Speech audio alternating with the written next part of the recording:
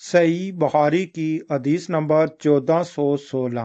حضرت ابو مسعود انصاری رضی اللہ عنہ سے روایت ہے، انہوں نے کہا رسول اللہ صلی اللہ علیہ وآلہ وسلم نے جب ہمیں صدقہ کرنے کا حکم دیا تو ہم میں سے بہت سے بازار جا کر بوجھ اٹھانے کی مزدوری کرتے اور اس طرح ایک مد غلہ یا کھجور وغیرہ حاصل کرتے جسے صدقہ کر دیتے، لیکن آج ہم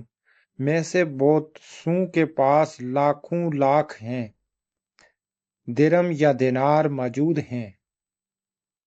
صحیح بخاری کی حدیث نمبر 1417 حضرت عدی بن حاتم رضی اللہ عنہ سے روایت ہے، انہوں نے کہا میں نے رسول اللہ صلی اللہ علیہ وآلہ وسلم کو یہ کہتے سنا کہ جہنم سے بچو، اگرچہ کھجور کا ایک ٹکڑا دے کر ہی صحیح،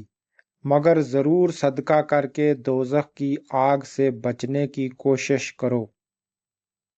صحیح بخاری کی حدیث نمبر 1418 حضرت عائشہ رضی اللہ عنہا سے روایت ہے، انہوں نے کہا ایک عورت اپنی 2 بچیوں کو لیے مانگتی ہوئی آئی، میرے پاس ایک کھجور کے سوائے اس وقت اور کچھ نہ تھا، میں نے وہی دے دی۔ وہ ایک کھجور اس نے اپنی دونوں بچیوں میں تقسیم کر دی اور خود نہیں کھائی،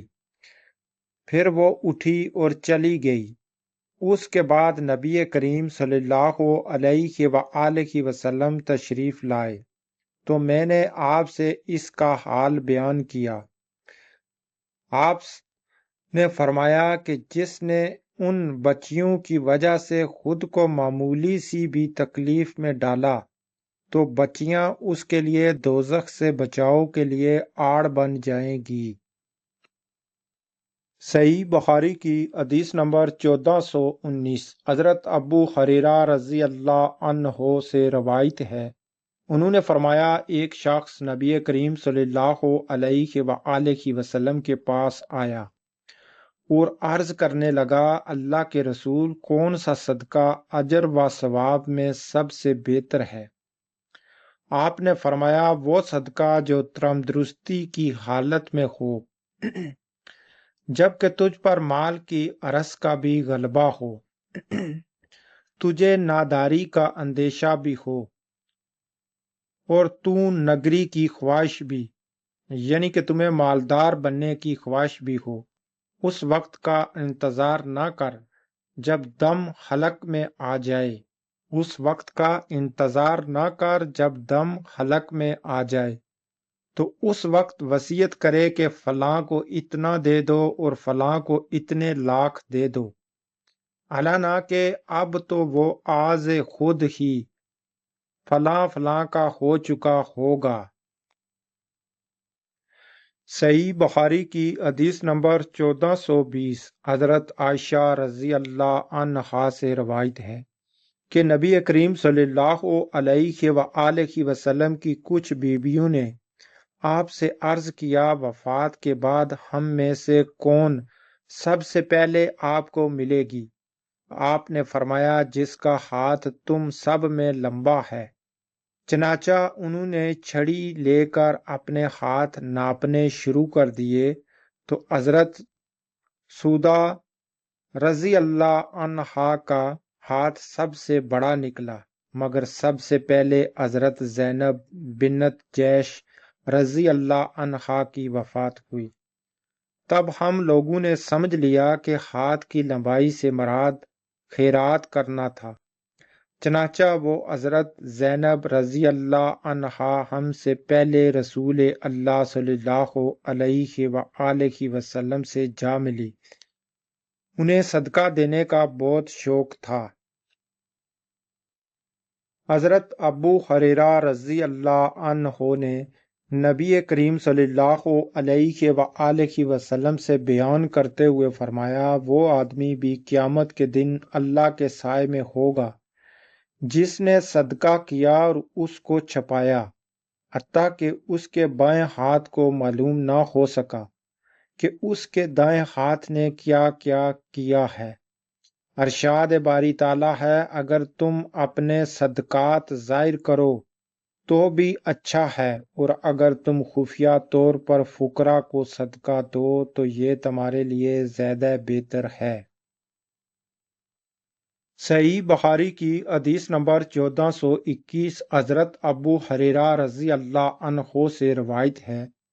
انہوں نے کہا رسول اللہ صلی اللہ علیہ وآلہ وسلم نے فرمایا کہ ایک شخص نے بنی اسرائیل میں سے کہا کہ مجھے ضرور صدقہ آج رات دینا ہے۔ بنی اسرائیل میں سے کہا کہ مجھے آج رات ضرور صدقہ دینا ہے، چنانچہ وہ اپنا صدقہ لے کر نکلا اور ناواقفی سے ایک چور کے ہاتھ میں رکھ دیا۔ صبح ہوئی تو لوگوں نے کہنا شروع کیا کہ آج رات کسی نے چور کو صدقہ دے دیا۔ اس شخص نے کہا کہ اے اللہ، تمام تعریف تیرے ہی لیے ہے، آج رات میں پھر ضرور صدقہ کروں گا۔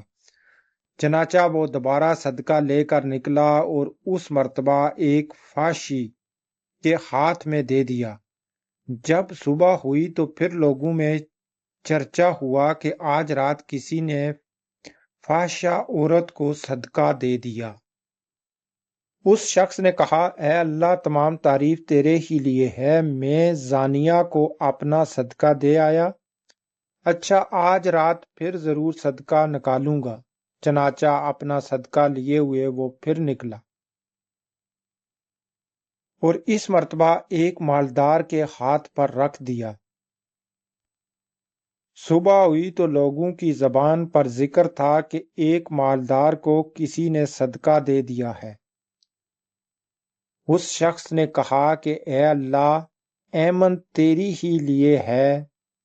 میں اپنا صدقہ لا علمی سے چور، فحشہ اور مالدار کو دے آیا۔ اللہ تعالیٰ کی طرف سے بتایا گیا کہ جہاں تک چور کے ہاتھ میں صدقہ چلے جانے کا سوال ہے تو اس میں اس کا امکان ہے کہ وہ چوری سے رک جائے۔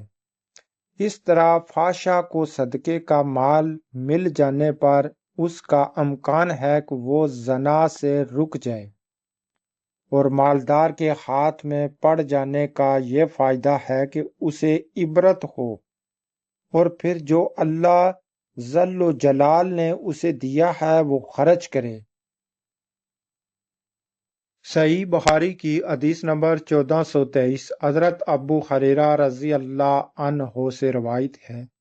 انہوں نے کہا نبی کریم صلی اللہ علیہ وآلہ وسلم نے فرمایا،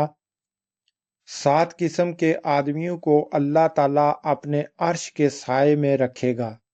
جس دن اس کے سوائے اور کوئی سایہ نہ ہوگا۔ انصاف کرنے والا حاکم، وہ نوجوان جو اللہ تعالیٰ کی عبادت میں جوان ہوا ہو، یعنی کہ جوانی کی عبادت، وہ شخص جس کا دل ہر وقت مسجد میں لگا رہے۔ 2 ایسے شخص جو اللہ کے لیے محبت رکھتے ہیں، اس پر وہ جمع ہوئے اور اسی پر جدا ہوئے۔ ایسا شخص جس سے کسی خوبصورت اور عزت دار عورت نے بلایا لیکن اس نے یہ جواب دیا کہ میں اللہ سے ڈرتا ہوں۔ وہ انسان جو صدقہ کرے اور اسے اس درجہ چھپائے کہ بائیں ہاتھ کو بھی خبر نہ ہو کہ دانے ہاتھ نے کیا خرچ کیا ہے،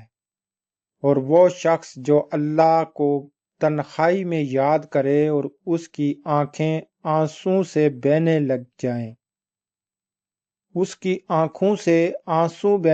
جائیں جب اللہ کو یاد کرے۔ صحیح بخاری کی حدیث نمبر 1424 حضرت حارث رضی اللہ عنہ سے روایت ہے،